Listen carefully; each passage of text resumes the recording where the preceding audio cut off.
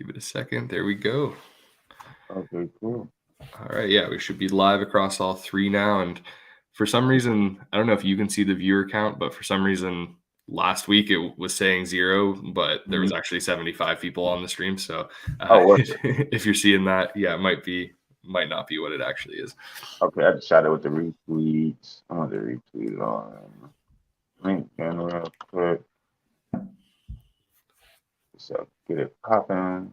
Okay, yeah, this is a super nice platform. The fact that you can share it all with different platforms is crazy.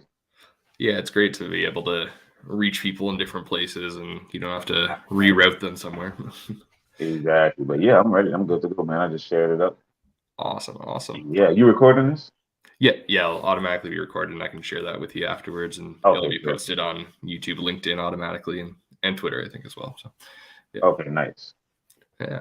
Awesome. Well, yeah, thank you for coming and for agreeing to do this interview. I'm excited to Yeah, chat about everything NFTs, Metaverse, NFT teacher, jam right. around.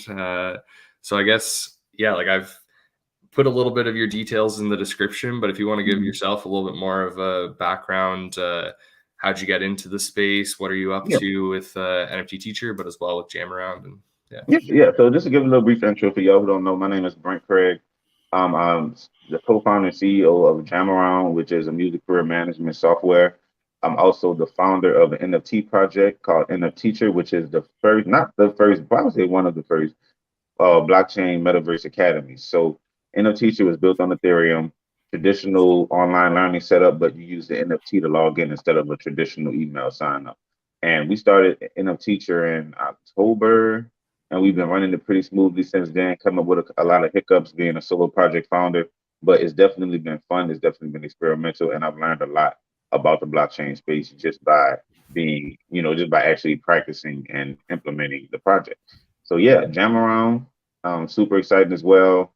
We had won a pitch competition a few weeks ago, 400,000 in investment prize, and we've Congrats. just been, yeah, thanks, man. It's crazy, and yeah, we've just been, trying to figure things out, do things the right way, like try to move fast, but still do things the right way, so that we're not, wasting our steps to where we would have to backtrack in the future. So yeah, background is in NFTs, metaverse, music career management, music video production. So yeah, pretty much just dabble between the whole market and the music space. Love it. And what got you into the NFT space originally? What was That's kind of the funny. Yeah. driving factor? So yeah, good question. So what got me into the NFT space was um Mana. So Mana, I was actually, just searching on Coinbase for trying to find some altcoins. At the time, Mana was the pretty cheap. It was like 11 cents a coin around the time when I first stumbled across it. And Nice. my business partner, who's my developer for my for Jamaround, my co-founder, he when I told him that I invested in Mana, he was shocked that I didn't know what Mana was used for, knowing by him knowing who I was and what I was interested in. He was shocked that I didn't understand, the whole decentralized concept. So I went and, started doing some research. I read the white paper like 3 times. And yeah, it was super interesting to me, man, about how they plan to do it. And what got me hooked was I started going in, and that I bought like 6,000 mana coins initially for like 11 cents. And I went into the casino and started gambling it away. Yeah, like had a huge gambling problem. Not because like traditionally you go into the casino and they have you, they shoving alcohol down your throat. They have all these distractions, so you can't really focus on your game. So they kind of getting you out of everything. And then the algorithms are centralized, so you have no idea what's going on the back end. Then when you go to a decentralized casino, you can see all of your hands being played on the back end. It's actually way fairer. I've done like case studies where I went to the actual casino, then went to the decentralized casino, and every time it was always easier to win in a Interesting. decentralized, yeah, in a decentralized casino. For one, because at the leisure of my own home in front of my computer, so it wasn't distractions. Then I was able to pull up like blackjack dealer cards to let me know what the best hands to use, like all type of resources that are at your disposal when you sit Right, next to right. your computer. So I gambled up those 6,000 coins. It would have been worth around 100 some thousand dollars right now. But I'm not tripping because the the skills that I learned and the people that I met while playing transitioned me into, what in a teacher became. So I was playing in a casino one day and stumbled across a project called H3D. It was a Voxel 8 project. They looked at super dope, and I won some mana that day, so I decided to get one of the NFTs. And the NFT was around $40, man. It was super cool, created by this guy named Ape Father, and he's an anonymous creator, still anonymous to this day, but does super good work.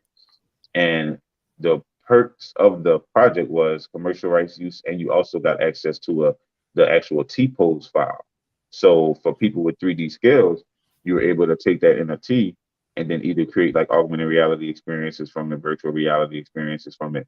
And it just was a super experimental at the time because during that time you didn't have a lot of avatar projects that were full body T-pose avatars. You were getting those 2D, profile pictures, Yeah, and some of the profile picture projects were saying that they are working on 3D avatars and all that stuff, but it just wasn't practical because if you have 10,000, let's say Bored Apes, for example, to get all 10,000 of those made into 3D renders, that would cost a fortune.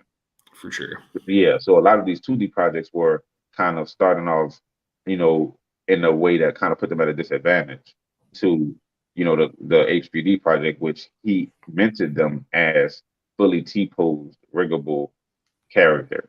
So it was easier for me to take that, put it into a Mixamo, and put it into a Blender or put it into a Spark AR and create these different experiences.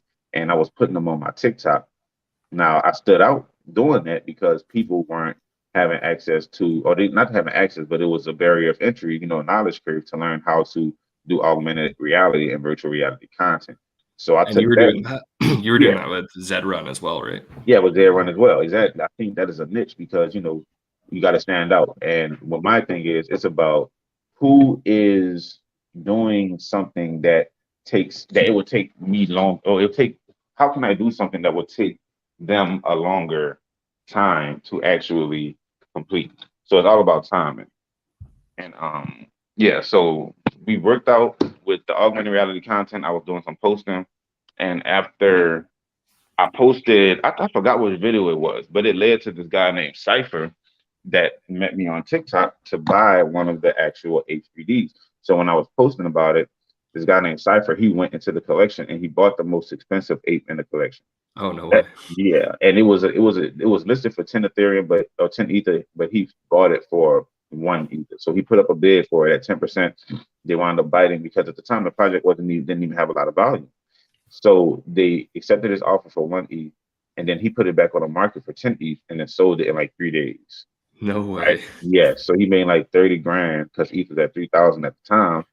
He made 30 grand off of it. This was like in July. So after he made 30 grand off that 1 ape, all of the apes kind of skyrocketed. The floor price kind of skyrocketed. So the price went from the ape that I bought at the casino was $40 to the cheapest ape was like $1,400 or something like that. So Some good growth. yeah, good growth. And it went from like 9 ETH in trade volume to right now they're probably at like 300 ETH in trade volume or something like that. And it all started from that one spark.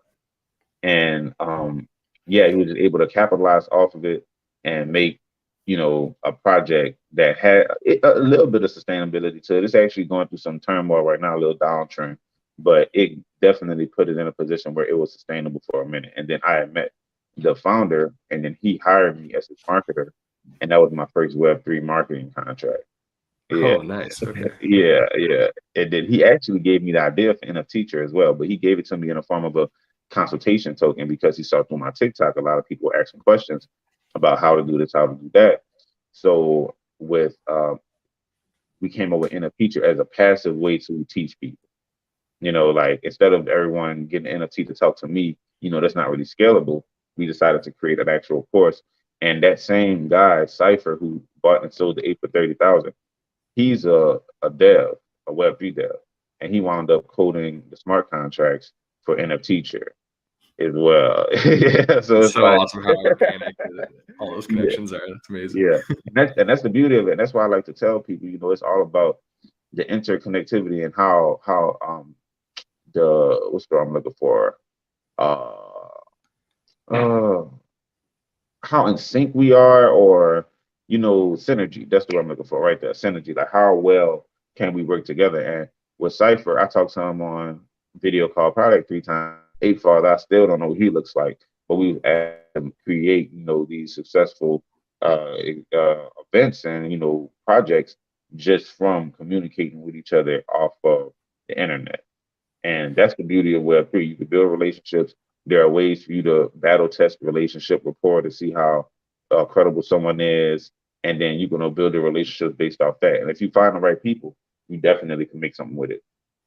For sure, for sure. I guess on that note, like I just have a bunch of random questions here, so we'll jump around. But on that note, there's a bunch of educators that follow me on LinkedIn, and I'm sure a lot of them are tuning in right now. So, knowing the team that you've built out, what would be your recommendation if an academic institution was starting to look into NFTs and how they could implement them? I guess what would be the first steps, and then we can go from there. I think there's a lot of questions in that space, but Yeah. So for educators, so if an educator wants to get into the space, I recommend doing your research first about where you want to plant yourself. So where you want to actually, distribute whatever you want to, sell. So figuring out which platforms work best for you. There are different platforms that work well based off different people's needs. So, I'm actually going to do an article about that soon on Inner Teacher just to kind of give a little bit more insight into it. But definitely figuring out which platform you want to be in and then finding you a good, reliable dev.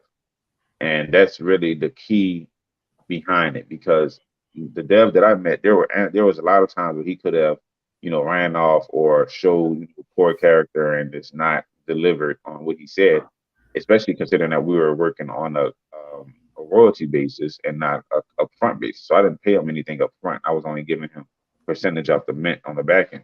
He trusted me to fulfill that because he know that I can actually, continue to sell them over time. But it'll be so easy. It's so easy for people to get roped up into devs and they back out at the worst time. Like no one backs out when it's convenient for you. Some will always back out when it's the worst time possible for them to back out. So betting your devs, man, like finding people who are reliable. It's hard, trying to vet people over, cyberspace. But if you do it the right way, it can be super rewarding. And I always say, don't waste time or don't spare time on not on finding dev. Like make sure that you spend as much time as you can trying to find the right dev, not only technically but morally. Someone that has the vision, someone who will not leave you high and dry if something went wrong, or just different types of things. And people go through stuff as well. So it's of course things that you can vet in people's lives that for may sure. come up. But I definitely recommend taking time to find a good dev. And second to a good dev, I would say, and this could arguably be first too. This could be arguably put over there is a community manager, which is like an actual face, like a face behind the brand. A lot of people who create brands don't want to be the face.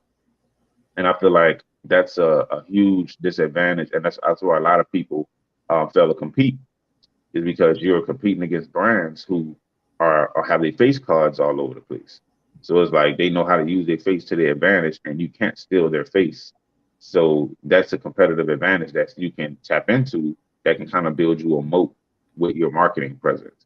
But like Right. I said, people kind of nervous about the camera work and all that. But I was nervous at first too, but it just takes time and consistency. Yeah, and I think once you have that built out, then like we're doing right now, you can connect with other people and have these face-to-face conversations, learn from each Exactly. other, and collaborate. Yeah, And create content, yeah, because it's like I was asking before, like, are you recording it? Because this is great content that's gonna last for future generations. for sure, for sure. And I guess going back to the dev side of things, most people like myself or an academic institution like starting to set up their NFT project for Mhm. whatever idea it might be, they're probably Googling and they see like platforms like OpenSea or Third Web or Manifold or all these different platforms where you can Mhm. issue your NFT without a dev. So what would be your like reasoning for why you should get a dev versus using a platform like one of those? Yeah, so really flexibility, and a lot of things go wrong when you're creating these custom tech stacks, that do certain things. You can't really predict what can go wrong. And there's a lot of things that can go wrong in blockchain space, even when using no code platforms. Like I use this platform called Nifty Kit when we were doing the Jam around NFTs. that wound up not happening because someone compromised the contract. The reason that they compromised the contract was because what we were trying to do required a certain tech stack. That tech stack was experimental because we were mentioned on Polygon, things weren't as built out and as stable, because it's so early in the game. So we had to sacrifice security to guarantee what we wanted and wound up not even being able to do it because once we sacrificed the security, it wasn't no going back. Once somebody got into the smart contract, and this is after we hand minted like 1,000 pieces into the no code platform. You know Oh, what I'm saying? And which is another reason why you need a dev, because who wants to hand mint? A lot of these no code platforms aren't built for like bulk minting. Even if they are, they have certain limits. Is it on a shared smart contract? Will it be relevancy and carry over to where it's interchangeable between both platforms? It's a lot. Like it's not a traditional tech stack because everything that you do is everything you do on chain is locked in. So there isn't any backtracking with that. And that creates interesting opportunities for, engineers and creatives alike to come up with ways to kind of work around that. But it's super hard.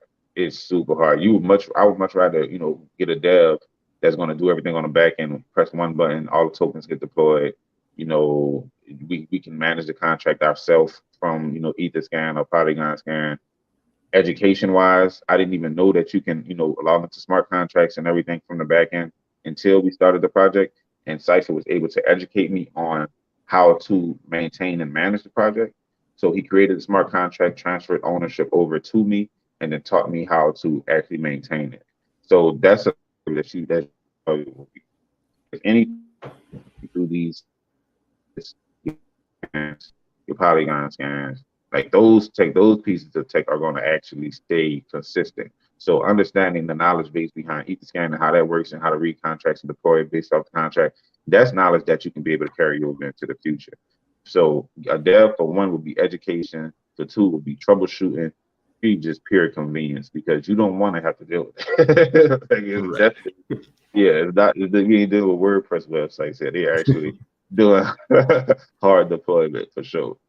Yeah, for sure. Yeah, we have our own web developer for our WordPress site, so I understand. And we used to use like Squarespace or we used Wix in the past, and yeah, I can see Yeah, kind of the difference there. yeah. It could be very similar. Um, I guess to take a step back a little bit because we're getting maybe a little bit technical for people that have never heard about NFTs before Mhm. or just started a little bit like using maybe NFT as a reference point, like how do you think educational institutions or any organization, I guess, could start using NFTs in what they're doing, whether it be something that's like a paid NFT, or do you think there's other areas where there will be like free NFTs in the future? Yeah, yeah, for sure. Yeah, paid NFTs are definitely would go for like admission for me. So it's like, okay, you get an NFT instead of me paying you admission in fiat currency, let me buy the NFT. It guarantees my ownership. It shows the ownership transfers so we can see where it's, transfer between owners. And I just think NFTs are the perfect way to get admission or to facilitate your admissions for the institution because it's just so easy to track. It's easy to organize. It's custom creative. You can make 3D objects with your campus paraphernalia. You can do so much with it that's fun. And I think as after you buy the NFT for admission, that opens up the opportunity for different NFTs along the way. So one thing that we're working on, and we're still trying to hash out the details, is the graduation NFTs. So the degrees that our students will actually get for completing the NFT teacher courses. So that is probably going to be an NTT, which is a non-transferable token, which is, something that's like an NFT, but you can't transfer it to someone else. Right. So that works good for more so degrees of certification. It wouldn't work good for tickets, but more so certification type system. So for any educational institution trying to look into how they can apply NFTs into their actual curriculum, I would think the most basic way is to tokenize their admission. Give them a tokenized option for admission. It doesn't have to be the only option, but it can be an option. And you can have certain perks that come along with that from token holders. Like, okay, if we have a bookstore, you may get one piece of free merch every 2 months from the bookstore or something like that. Like, or maybe you get a free lunch every month or something like that in the caf. Or, like different things that you get to accrue value to that NFT. And then also there can be rewards inside of the system. So let's say that I buy, or let's say I get admission through, I pay for my university US dollars or whatever. If we can work out a reward system to where, okay, if you complete each milestone, you get a certain NFT for free that has certain perks associated with it. So let's say I graduate or I finish freshman year. So I get a freshman year NFT, and that NFT is redeemable for something that we may want, So them types of things, you can do raffles. Is the things I like about the metaverse and just the NFT experience and tokens in general is just the flexibility. Mhm. You can do so much with it without having to distribute more tokens. Yeah. So for any education institution, think admission first. Like, how can you get people to, pay for admission, tokenized admission, and then I will reward systems. Okay, how can I reward users throughout their journey using their T's that can possibly hold their value, based off of other variables that we assign to them in the future. So I definitely recommend that that's how education institutions should be approaching it, and go for certifications. So admissions, certification, or admissions, rewards, and certifications. I feel like that's kind of the holy trinity that educational institutions should be thinking about, because that's what takes the whole. You got to think about the user journey. So that's what a student's user journey looks like. You get in, you complete it, and then you exit and get your proof. Yeah, I think that makes a lot of sense, and I really like the idea of the reward system as well beyond school. I think because it's like Mhm. you get the rewards for your freshman year, your senior year, but then you get your certificate, and maybe there's alumni rewards afterwards. Because Yeah. I feel like so many students, they graduate from school and then maybe you go back at like a 20-year anniversary or something, but you're not that Mhm. involved. Whereas if there was some Mhm. type of certificate that like was an NFT that brought together your alumni group and rewarded you in other ways. Yeah, I really Yeah, like that. for sure. Super nice. And it definitely adds another element to experience and gives them incentive to give back to the university. A lot of universities, they want their alumni to donate and whatnot. Mhm. So this could be another revenue stream, as well as a way to reward people who stay loyal to the institution long after they graduate. Yeah, as you're saying that, I know you play Population One as well, and for those not that don't, it's basically Fortnite in VR, and the top level is level 60 and level 61, and you get like a gold jacket. And I'm just thinking now, if there was an alumni thing where if you make a donation, you get a Metaverse gold jacket, so you can visit Yeah, like a virtual campus with it. right. And that gold jacket may be a ticket to like a private homecoming party or something, or something like that. Yeah, it could be. It's so much that you could do with it, and that's why it's so fun, because, like I said, it's so flexible. Yeah, so much fun, and even as you're saying that, like I could see everybody gets a jacket, but then there's rarity levels, and it's kind of like Charlie and the Chocolate Factory. If you get the Yeah, golden jacket, then you get like VIP booth or something. right. And that's one thing I wanted to put out too, real quick, for your education institution. The whole project doesn't have to be on chain. Actually, it's not smart to put the whole project on chain. There are Mm, certain elements on the project that you want to keep off chain so that you can change it in the future. So, for an example, teacher, the jackets, the actual designs of the tokens are off chain. So I was able to upgrade the rarities after they were bought, because right, that wasn't on chain. So certain things you put on chain because you want it to have that legitimacy and credibility, and other things you want to be able to switch it up and add some swag. Like if I wanted to switch NFT to a complete profile picture project, I can literally do that and change all of the tokens to profile pictures if I wanted to. And it's just like, just make it fun. If this doesn't work, okay, I can try something else. And in the blockchain, it's so hard to have that flexibility that you want to give yourself a little arm room in certain areas to move around. for sure, for sure. Yeah, that's really interesting. I was wondering how you did that with the upgraded rarity. So interesting. Yeah. Yeah, don't put everything on chain. Just put the stuff that matters on chain. So like the tokens, the school itself isn't even on chain. The logging into the school is on chain. I just didn't make the Web2 logins available. Right, right. Yeah. Yeah, I think that's a good way to do it too. Like that way, any web developer can come on and easily Yeah. make edits, and it's just like that one piece that you have to have on chain. Yeah. Literally. And it was a plugin that Cypher edited. So it was a plugin called ETHPress. So it's a WordPress plugin for Ethereum sign-ins. But the way that it works, it's not rigged for a specific token. So what my dev did, he downloaded it, went in and basically made it to where if you have the inner teacher token in your wallet, it will log you in. So it was a little custom rigging done to it, but it still wasn't super rocket science. You get what I'm saying? The thing that I needed to dev for more so was like the Mint site, deploying the contracts and customizing that plugin so that they could work in on the back end. But it was super experimental. Cypher, he was super good at what he did, and it works. Like it super works. Love it. Love it. And yeah, I'm just seeing a few comments here. Thank you, Leanne. Love that you're enjoying everything. And Drew, yep, the pop one shout out. And Chris, glad to see you here as well. If anybody has any questions, please put them in the comments there, and I'll make sure to pass them along. Yeah. But I guess keep it on this note of NF Teacher at the moment. Oh, looks like we lost Brent. Hopefully he'll be back in a second. There we go. My bad. I hadn't even sticking. No worries. Yeah, so keeping on the note. Yeah, keeping on the note of NF Teacher. So you said you're looking at the certificates for graduation coming up soon. Are there any other hints or anything else that you're working on that you can share of what's next, or where do you want to head in the future in general? Yeah, so I'm interviewing. I actually interviewed Jared Ross. He's a NFT. He's actually an NFT teacher. You know, he has his own school called the NFT. He converted it into a book as well for like I think you buy it for like $1 or something. But yeah, the NFT equivalent book.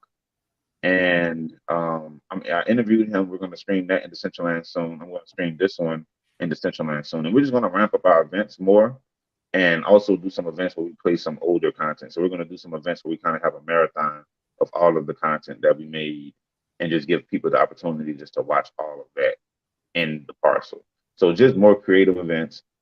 We got the wearables coming soon. I've been working, back and forth with my wearable guy. He's a student, so he's, going through finals and all that type of stuff. But we getting the backpack wearables out soon, so that when we do that first event, it'll be a wearable drop party. You'll see people with the jackets, see people with the backpacks. It'll be like a big reunion and doing some giveaways. Just partnerships, man. And how I approach NFT teaching, man, I really don't approach it as a business. I approach it more so like a hobby because it keeps me interested. And since the Web3 space is still developing, it gives me opportunity to, approach the things that I do in real life with a clear mind and not feel like I'm overburdened by running the NFT Teacher project. And I always tell my project founders that, man, y'all get under so much pressure from the people who hold the tokens, and they're like the people who hold the tokens are investors, but they're not, accredited investors. So they don't understand the process of, checking balances and figuring stuff out. So that could cause a lot of FUD. So that was one reason why I didn't want NFT Teacher to be a probably rare project by having, these different, 10,000 different, unique items. I didn't want it to be like that, because if they would have sold out too soon, it would have just been people sitting around twirling their fingers wondering what's happening next. And that would have put too much pressure on me that I would have needed, considering that I actually have real life, operations in the physical reality. So definitely just want to get the point across through the actual structure of the project. So the jackets not having ready fix until they sold out. The backpacks, those is certain things that will prevent it from catching on to like bots and stuff like that. And then that also prevents the FUD from entering the chat. There's never really been FUD in the teacher Discord, right? Can you explain FUD to anybody that doesn't? Yeah. So if you don't know what FUD is fear, uncertainty, and doubt. So it's used to get people to lose credibility. They want people to think that this project is going to do what the project founders are saying is going to do, but basically just a way to kind of destroy a project using media. And usually a lot of the investors would, be the self-fulfilling prophecy, because they would literally cause the actual product to crash just by saying that it was possibly going to crash. But again, that comes with the fact that they didn't have, or that comes with the fact that, what I was about to say, that comes with the fact that they didn't have an understanding of where the project was going to go, and the fact that they were just getting into it without an actual clear understanding of the founders too. So you get in for FOMO purposes, which for people who don't know, that is a fair out. And there are other people who get in and don't get their FOMO needs satisfied. So then they start, talking smack about the product and trying to talk smack about the project founder, saying they're a scammer and stuff like that. It's really just someone who didn't understand the game they were getting into, didn't do enough research, didn't read the documentation, didn't do research on the project founder, their due diligence, and now they're, upset because they lost some money. But that's pretty much the wild, wild west side. You never really gonna do it. Was not gonna, true advice is running around here, so everybody telling you what to do with your money, and it's madness out here. So that's why NFTs are so important, because from an NFT perspective, NFTs don't have liquidity like that unless the project is providing artificial liquidity and buying up their floor price. So you can get caught holding a bag way easier than fungible tokens. So it's very important that we understand the difference between, the fungible and the non-fungibles, so that we don't get caught holding a bag. And for people who don't know the difference, a fungible token or something that's fungible is something that could be exchanged for something else of the exact value. So an example of a fungible physical item would be $1. If I give you $1, you give me another dollar, we can exchange those dollars and don't feel any way about it. When we're thinking about something that's non-fungible, we're talking about a unique item.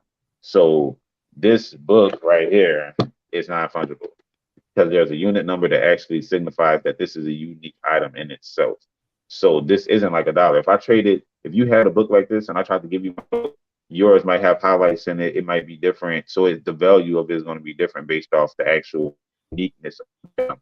And that's the big difference between, the NFTs and the FTs, which are fungible tokens. And that's one thing that I do try to convey heavily in the course. Yeah, no, makes a lot of sense, and I think, like Leanne mentioned here, she says, "I like Brent's approach to this. It allows token buyers to learn about the NFT while actually owning one." And I think it's great how that's set up, and it's great how you've taken this approach where it's not about really. Obviously, they're investing in the project, and like I've invested in the project, but it's not in investment specifically. Yeah, It's kind of like kickstarting a project in a way, and it's like we're here. Yeah, more traditional approach. And it's about learning with experience. I went to Tuskegee University. It was founded by Booker T. Washington, and his big thing was using your resources. So Tuskegee, when Booker T approached it, it was nothing but a school bus, and he turned it into a huge school. He taught the students brick masonry, and they were actually building the bricks that they used to build the buildings that they wound up learning inside of. So Booker T was teaching them how to make bricks. He was a former slave, and teaching them how to make bricks, teaching them how to make spas, and stuff. It was all using resources in the middle of Alabama, no resources, none of that. And that's pretty much the approach that we took with NM Teacher. It's like I could charge anybody $100, $200. I probably would have made about the same amount of money if I would have just charged for the course. But I didn't want to limit my hours, because I was getting people who weren't really serious to book with it. So for example, for people, if I would have charged regular money and anybody can get into the course, I mean, anybody can have office hours and they can be someone that's really not serious about it because they didn't go through the actual test to get into the school. So I look at minting the NFT as like your first test. If you can't do that, then I don't even feel you as being serious enough. You don't take it serious enough for you to actually redeem some of the perks that come with it, like office hours. So it's like I charge normally like $300 an hour for NFT consultations, but if you hold the NFT, you can schedule office hour for free whenever. I have a schedule, like a private Calendly link that's available to the students as you've used it in the past. And that's the opportunity to talk and just pick my brain about it as a value, a hold of the NFT. So if we were just letting anyone in, that wouldn't be possible, because it would have just been a super influx of requests, and it would have just been overwhelming. So the way that I did approach it was more optimized for a single project founder, and I feel like it's been causing me a lot of benefits and not stressing me out as much as some of my cohorts that I've seen and their strategies that they put when they're also single project founders. Right. I think as well, like even beyond it being a test and like the benefits that it makes for you, I think it's beneficial to everybody that becomes part of the community, because I know at least for myself, I use it as an example now. Whenever I'm talking to educators or different people, I'm like, check out NF Teacher and this project and look how it's built out. And it's something Right. that I can be like, I own this NFT and this is what it gives me. And it's just like, it Yeah. connects the dots for people instead of, Yeah. yeah, yeah, Yeah. Just bored apes or something like that. Nothing against the apes, but it's just that when you can actually use NFT on the app and log in with it. And if you don't have it in your wallet, it's not going to let you log in. Then that's basic fundamental use cases of NFT access.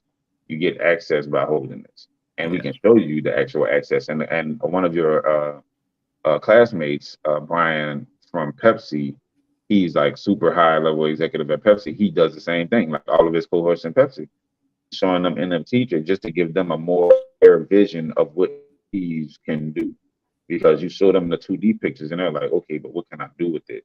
And they're like, oh, you hold it.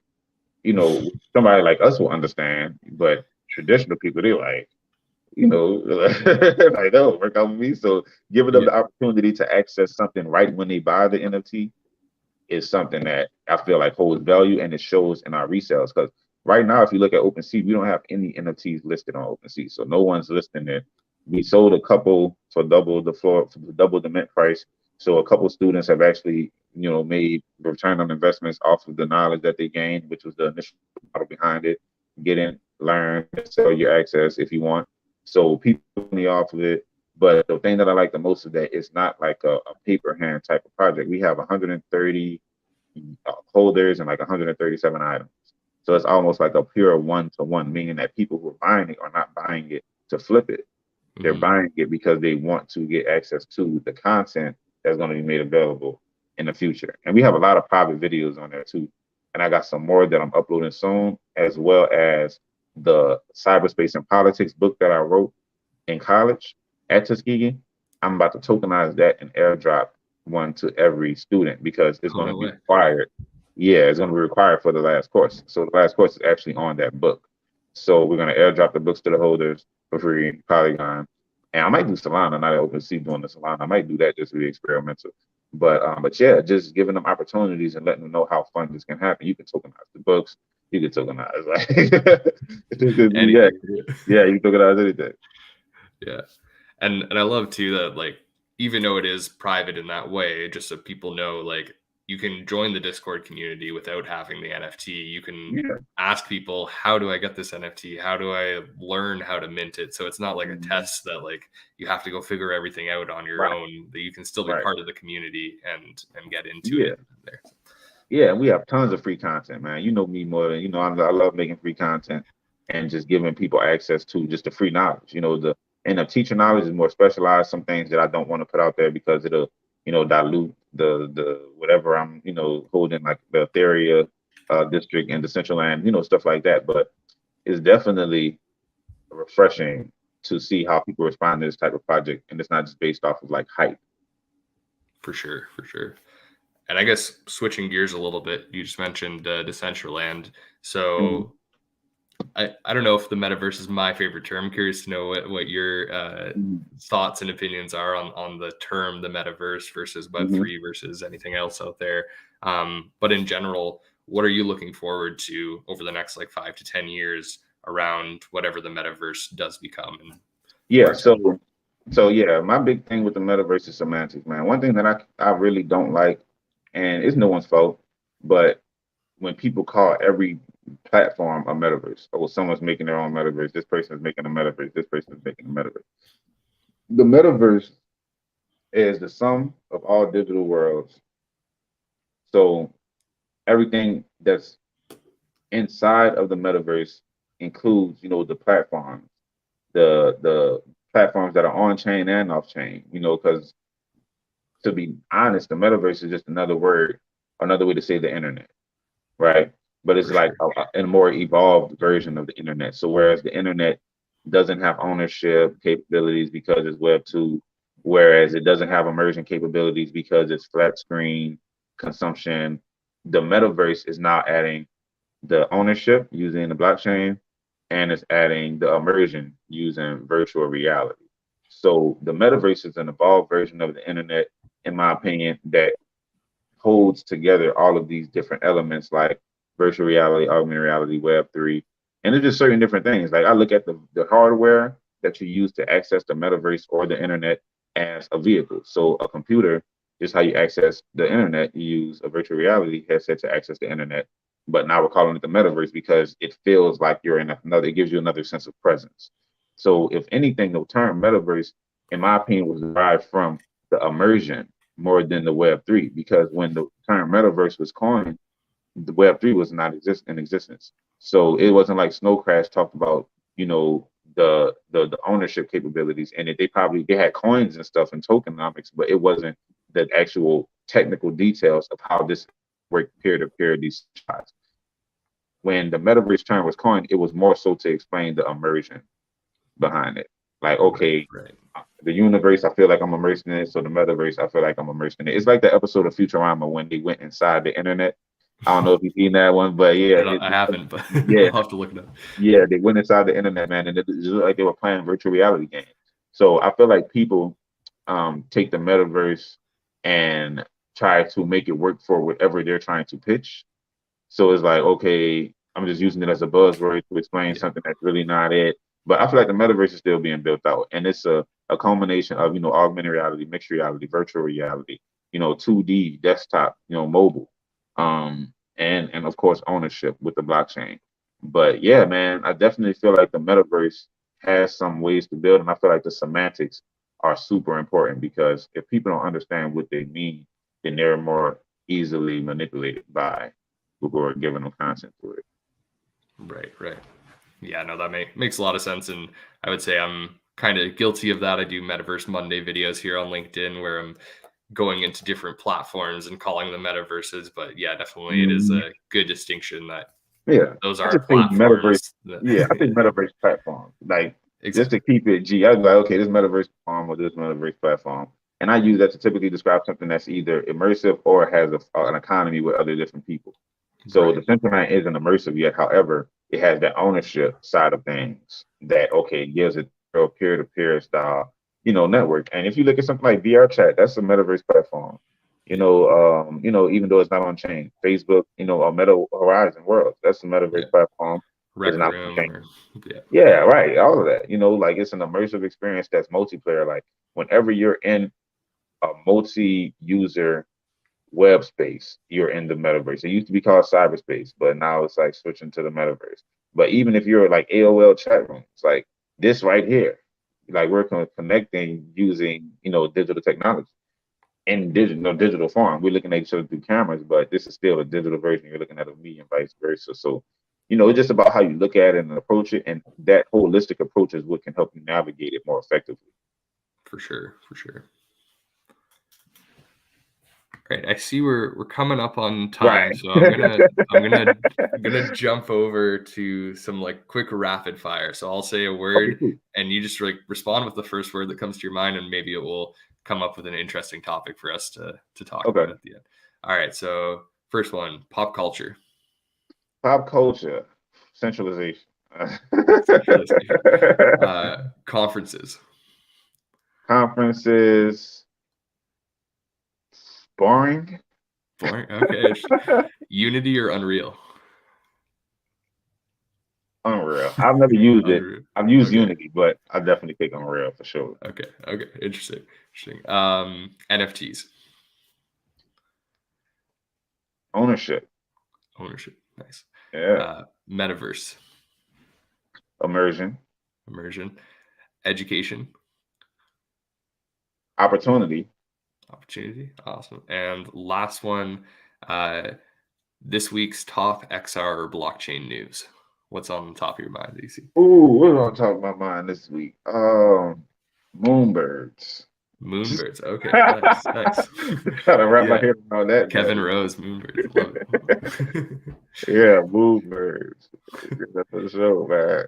Yeah, we And definitely gonna have to do this again too, for sure. For sure. I just yeah. saw somebody in the comments say that they can listen to another hour, Yeah. and Yeah. I just saw that we too. have to push. Yeah. Love it. Yeah. I guess I guess off of that, interested to hear your opinion on Moonbirds because they are Yeah, doing some interesting stuff. I listened yeah, to Kevin Rose's podcast with Tim Ferriss about a week ago mhm, talking about the launch of it yeah. and everything. But yeah, what are your thoughts on Yeah, that? two words for Moonbirds: artificial liquidity. You know what I'm saying? And this is one thing that you learn in Web 2, and that's one thing I'm learning with Jamaround. I could leave you with this, man. Like Tinder provided artificial liquidity by hiring people to talk to people on dating apps. I actually spoke at Tulane Business School yesterday and gave them this analogy. Airbnb provided artificial liquidity by hiring people to list their homes, so that when you went on Airbnb, there are actually homes to rent, right? Right. Artificial liquidity is super commonplace for these software SaaS solutions because you need, in order for a two-way marketplace, you need a validation. So you need for people to get their value cycle completed so that they can go tell someone else about it. These NFT projects, man, that get fundraising are the ones that provide artificial liquidity. So that means if I list it for sale, it's going to get bought regardless.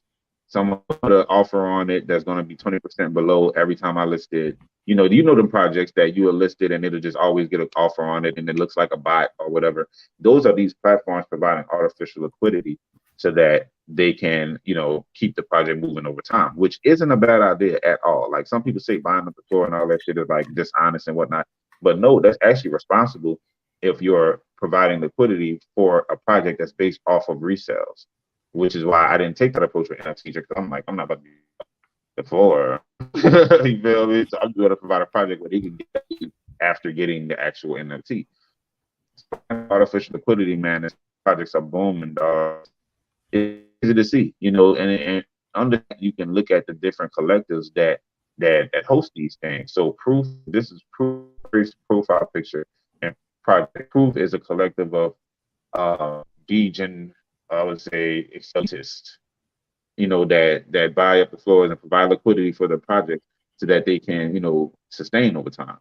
And that's going to be a big thing that project founders don't want to do because they don't want to spend the money that they make, but you're going to have to do it because it's literally going to keep your project alive.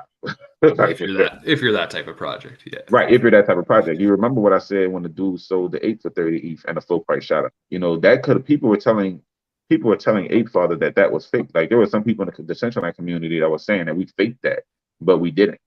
Right. So with that knowledge in mind, what if he did buy one of his own things for 10 ETH or something like that? The whole community goes crazy. You get that momentum back sparking. And now, okay, we just breathe some life into the project. And that's just as easy as you investing in a social media person to market your project. You get what I'm saying? Like the marketing doesn't have to be, oh, come buy this.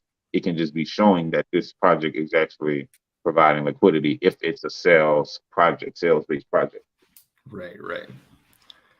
Awesome. Yeah, for sure. All right, now looking at that we just have 10 or so minutes left here. At the start, you mentioned Jam Around, and you just quickly mentioned it again there, and obviously winning 400,000 Right. in the pitch competition. But I think as we're talking about education, it's very related because you're kind of educating people on the process of how to get from idea to Spotify or to streaming or wherever they're going with their music. So yeah, I would love for you to just give a little more background on Jam Around and what you're doing there. Yeah, definitely. So Jamaround, like I said, is a music career management software. So if you're a music creator looking to manage your career at scale, you can use Jamaround to do that, manager. So back in the day, that the music industry was big business, meaning that in order to break through, you had to come through a record label. The record labels have budgets, they hire people to facilitate your operations, and they get you managers.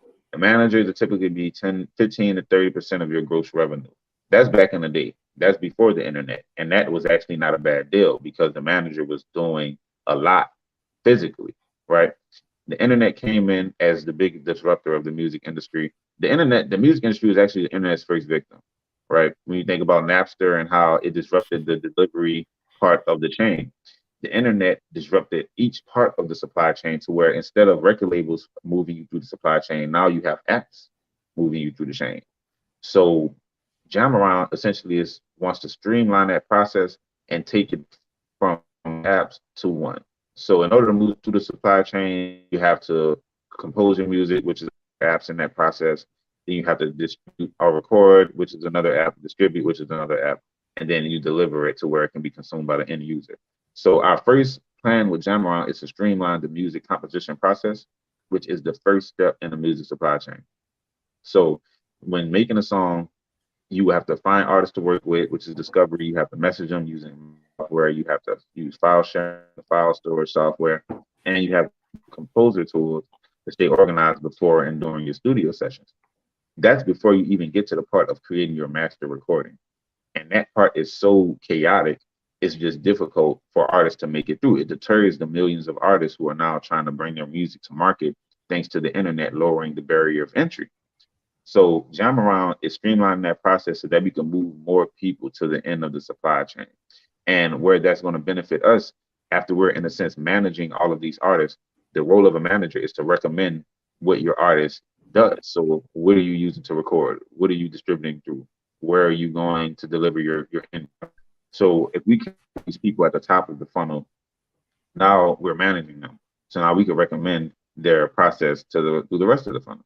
And that's going to open up just so much opportunity for companies who have been trying to get market share in these different parts of the supply chain to try to acquire us or create a strategic partnership so that all of the artists that we're managing can use their solutions.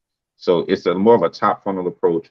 This part of the funnel wasn't the attractive part before the internet hit because this part of the funnel wasn't populated. The internet made it to where people can now create music in mass scale, but the manager isn't scalable. So instead of paying 15 to 30% to a manager, now you can just use the app, pay us our little fee, and do it from the palm of your hand. So yeah, that's basically what Jam Around is disrupting. We want to not replace the manager because there's still room for the manager in big business where the manager always traditionally was. But since the internet made the music industry more small business, now we need more scalable options for these artists who want to manage their careers but don't want to give up 15% of $3,000 they may make that year or something like that. Right, So right.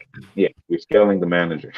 Yeah, helps get those indie level or just Yeah, above indie level artists off the ground, and then yeah, once you're booking concerts around the world, you're going to need a manager to book all the locations and everything. But yeah, yeah. getting them to that point. Yeah, for sure. And moving them through, man. And that's doing it as seamless as possible, educating them and just giving them the tools to bring their music to market in a collaborative way. So we have the discovery feature, the composer tools, which the ability to compose your lyrics collaboratively using other, with other users in the app. And then we're going to do the peer-to-peer marketplace. So as a manager, the job is to facilitate the marketing, service, and sales operations of their clients' careers. So Jamron is going to provide marketing, service, and sales tools so that they can use those themselves in one app without having to, worry about going to different apps. Right, right. Love it, love it. Yeah, yeah, man. Well, as we're wrapping up here, is there any other news with Jam Around, NF Teacher, anything in Yeah. general you just want to plug or anything to Man, yeah, just talk about? stay updated on our Discords, our Instagram, man. We're raising our for Jam Around right now, a bridge round, so that we can lead into getting a better valuation for the prize money that we want. So it's a diluted prize. So it's based off us raising 2 times the investment. So we're just working on doing that in the smartest way possible and the least dilutive way possible, but also in the most impactful way. So shout out to Chris too. I see comments. My dog Chris from I'm definitely gonna call you later. And I know we've been meaning to catch up, dog. You've been doing a lot of work, a lot of good work in the music space with the NFTs too. Love it, love it. Yeah, I'll have to connect with Chris as well then. Yeah, for see, sure, see sure, what man. he's up to. Yeah. Yeah, Awesome. Well, yeah. Thanks for jumping on this call with me. It was a really great talk. I can see a lot of people enjoyed it, and definitely happy to share it. And we'll clip it out and get it out there even more, and get more people to learn about where the world is heading with NFTs and the metaverse and everything else.